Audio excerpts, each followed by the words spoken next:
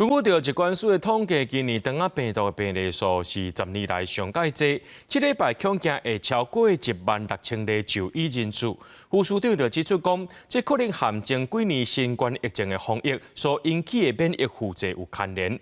另外，也医生指出讲，除了这个胃肠相关的疾病增加以外，目前伫个门诊的状况也有真侪囡仔去患着流感腺病毒，甚至是呼吸道病毒等等。呼吁家长呢，就要注意囡仔的卫生安全。预防肠仔病毒上有效的方法之一，就是教囡仔要接洗手。国内肠仔病毒已经炭烧，疾管署指出确诊的个案是10年来上侪的。像新北、台中、台南等地区有真侪学校已经停课。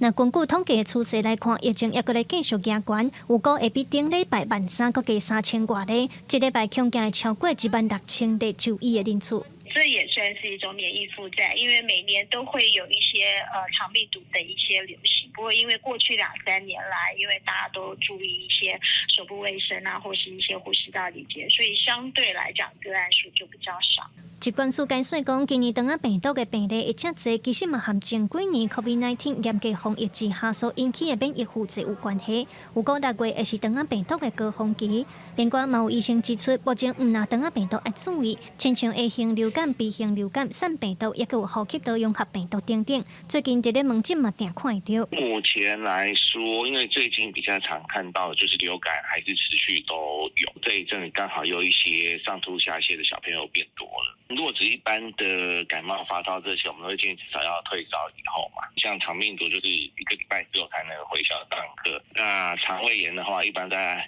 症状改善的24到48小时之内，还是会有传染力啦。医生呼吁家长、学校老师要提醒囡仔接洗手、注意卫生的习惯。若是有发烧、流骨头，还是人无精神等等的情形，都要赶紧就医，予医生做快筛，确定是啥物病症，对症落药，避免病情加重。